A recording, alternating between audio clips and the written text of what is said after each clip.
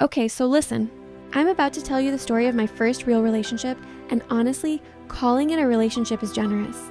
It was more like a giant walking red flag with a beard.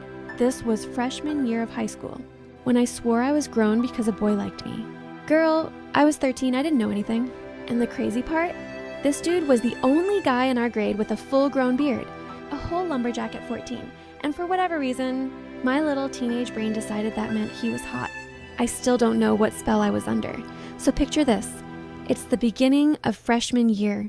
We're at a football game, and he walks up to me and starts talking. And instantly my brain is like, OMG, he chose me.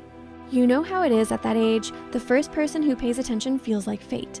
Like your whole life is suddenly a teenage movie montage. And he came in strong. Love bombing from day one. Constant texting, glued to me at school, telling me how different I was, how he'd never felt this way before. And when you've never had real affection growing up, that stuff hits like a drug. So we basically start dating immediately. No talking stage. No getting to know each other. Just trauma bonding in a cute little teenage bow. Let's talk about the red flags, because they were there immediately, waving in my face, and I was just blind and unbothered. Red flag number 1, controlling behavior disguised as protectiveness. He would literally hold my neck forward while we walked so I wouldn't look at other guys. Like, sir, I'm just trying not to trip over my own feet. Red flag number 2, isolation. He hated when I talked to any boys, not even for school projects. If a guy said hi, it was a whole meltdown. Red flag number 3, the unstable, unpredictable behavior. He had that whole tortured artist vibe because he was in a band. And back then I thought that meant he was deep. No, he was just unstable with a guitar. But at 13, I didn't know the difference. Then his behavior started getting physical. He would throw me down, push me into walls, all while acting like it was a joke or like I was overreacting. And the wildest part? His mom and grandma saw it. Like literally stood there, watched it happen and went, "Boys will be boys." Ma'am, your son is out here acting like a villain origin story. This is not boys being boys. This is a walking red alert. But because the adults normalized it, I thought I was supposed to just deal with it. I didn't understand that this wasn't normal. I didn't even know what a healthy relationship looked like.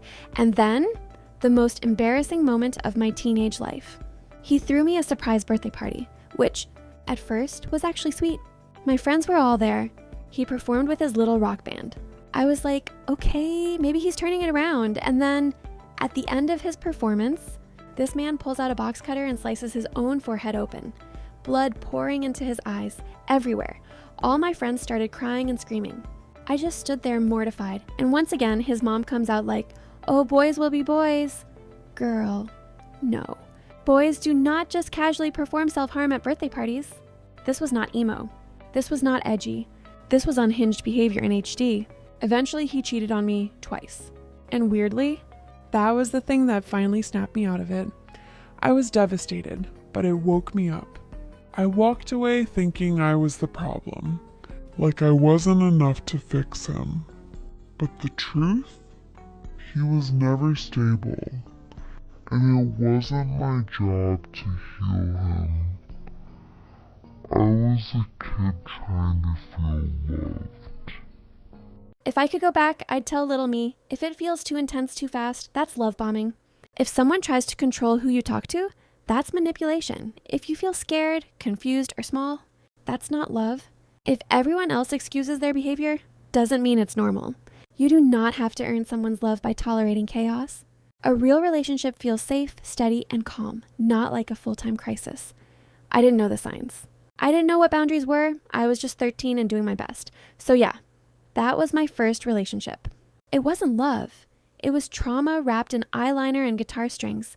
And if any part of this story sounds familiar, you deserve better. Real love feels like peace, not panic. Thanks for listening to my little therapy session /storytime. If you want more toxic relationship stories, trust me, I have a whole series ready. Subscribe for more story times, like this video, and comment below if you have been through this. And seriously, if you're dealing with anything even close to what I went through, or you feel scared in your relationship, please reach out for help. You're not alone, and you don't have to figure it out by yourself. You can contact the National Domestic Violence Hotline at 1-800-799-SAFE-7233. You can also chat with them online at thehotline.org.